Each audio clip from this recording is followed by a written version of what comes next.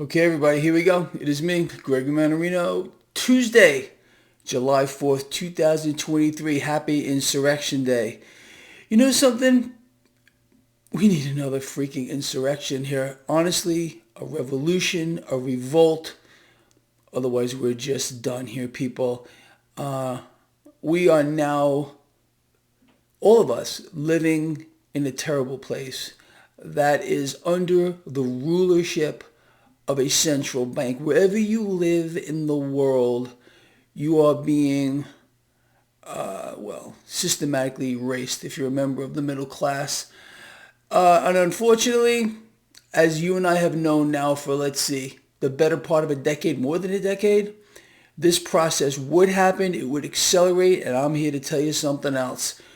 You and I, next year, we're going to be sitting in this same spot, and things are going to be a lot worse than they are right now.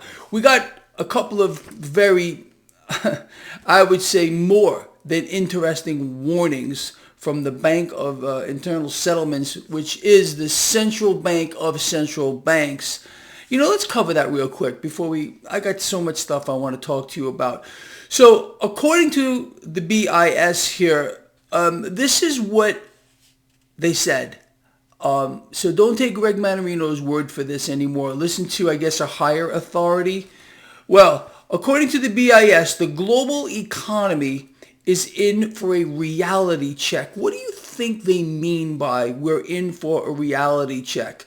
Well, the BIS goes on to explain that there are issues regarding the global economy with financial stability. Does that sound familiar to you? It really should, because you and I have been talking about this for freaking years. The global economy, number one, is cratering at its fastest pace we've ever seen in history. Despite the fact that we're being told how great everything is, we have central banks who continue to inflate, who continue to buy more and more debt. Here in the United States, there's an incredible phenomenon going on. I mean, this is pretty much around the world, but none more so than here. What am I talking about?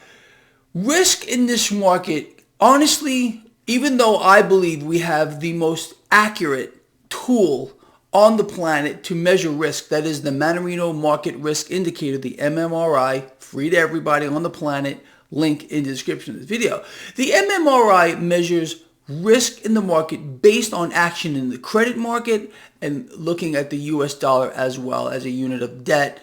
Puts it together in a neat little equation and you get a number. Well, although the MMRI is telling us that today this market is in a high risk zone, I want you to consider the fact that we're existing in an environment that's a fable. It's not real. Again, when you have institutions, central banks in here artificially suppress,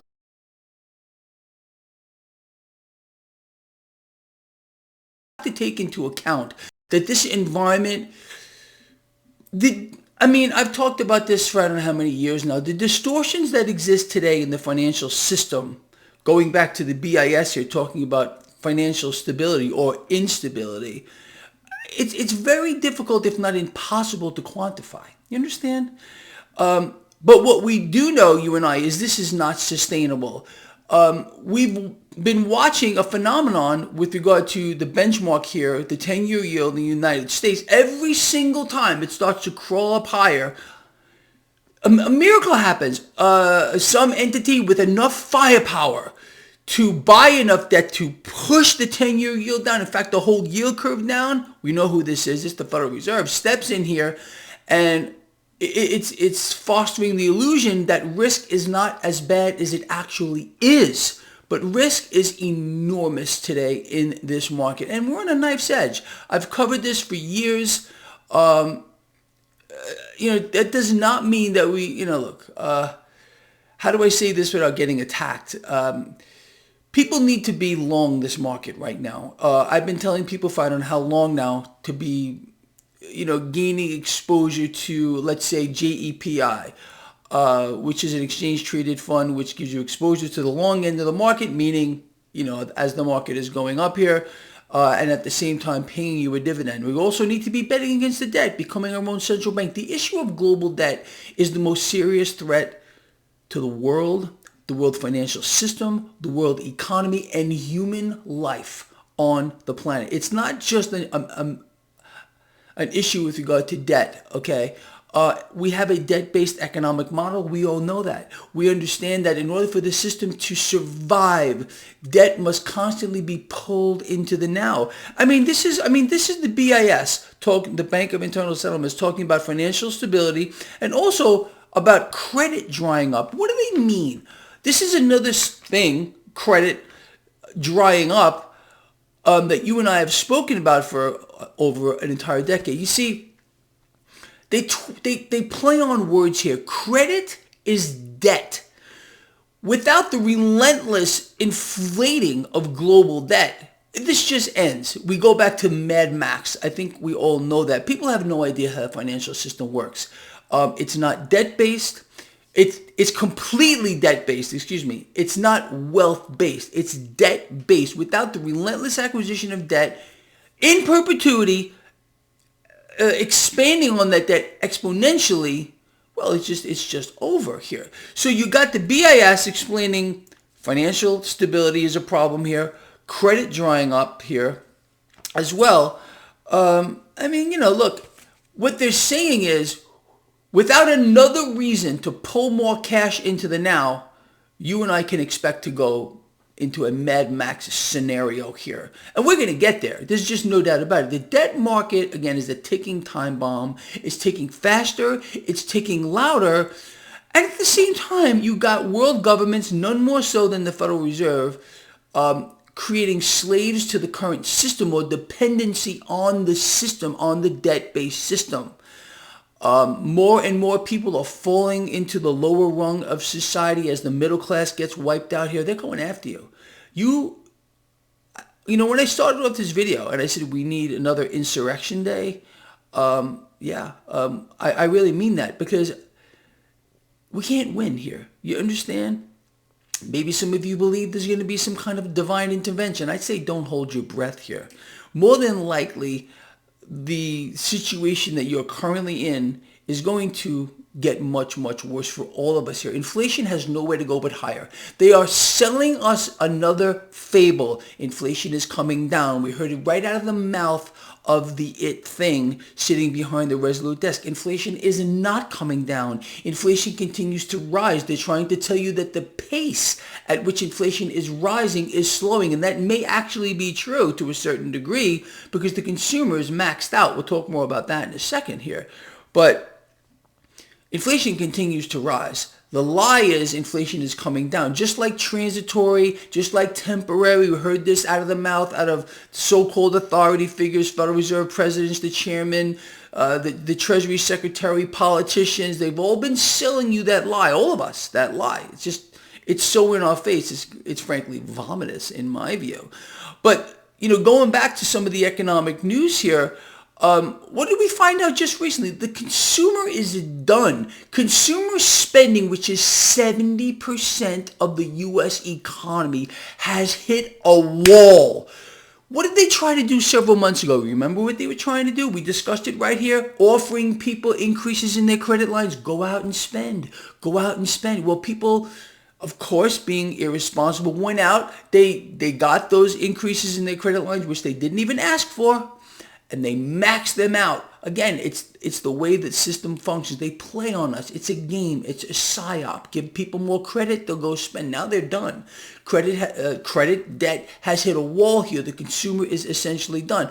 We've been hearing warning after warning after warning from major retailers about how the consumer is basically done. And that means the economy is done. The economy is done already. It's been dead and buried since the last meltdown, 2008. It's been on life support like heroin by massively inflating the global debt here, and central banks have become masters at this and rigging the markets and keeping rates suppressed so cash will make its way into the stock market, and people believe if the stock market is going higher, then the economy is strong.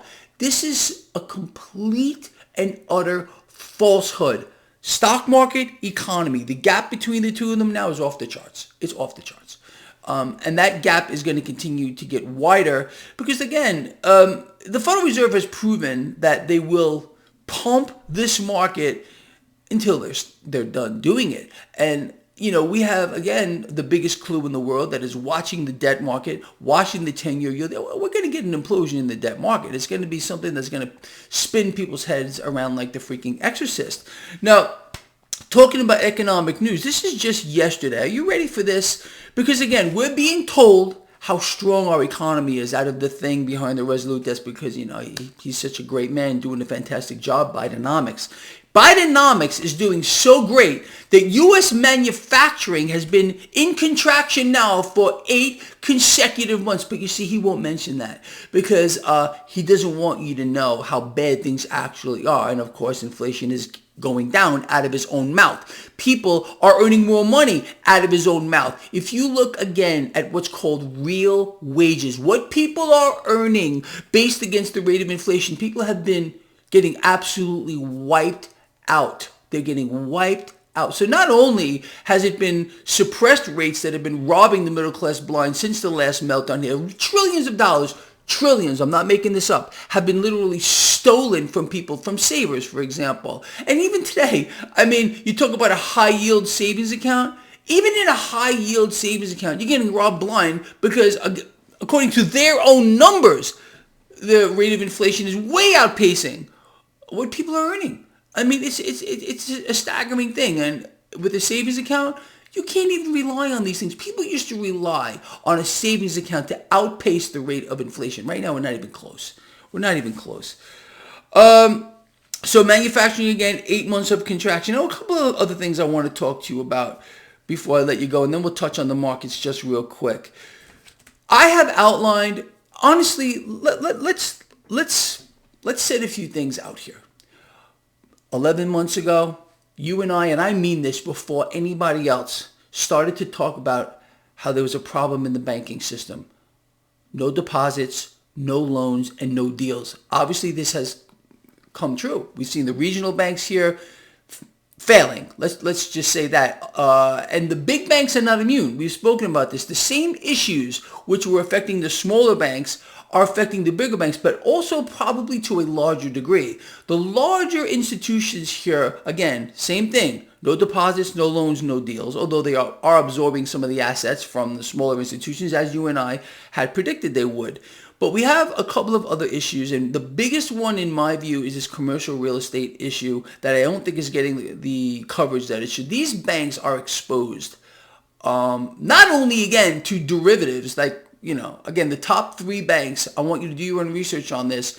We're talking about Goldman Sachs, JP Morgan, and Citigroup, over $153 trillion worth of derivative exposure just in the top 3 banks. So the rest, the system is so toxic.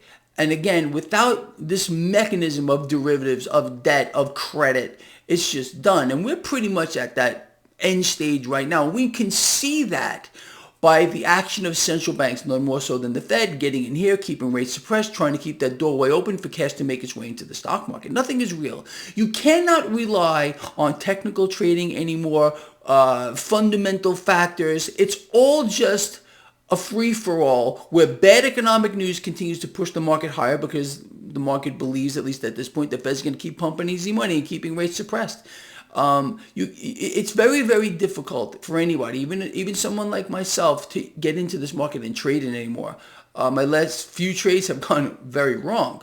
I learned a lesson once in a while. You need a little smack across the face so you get a little shot into reality. You understand?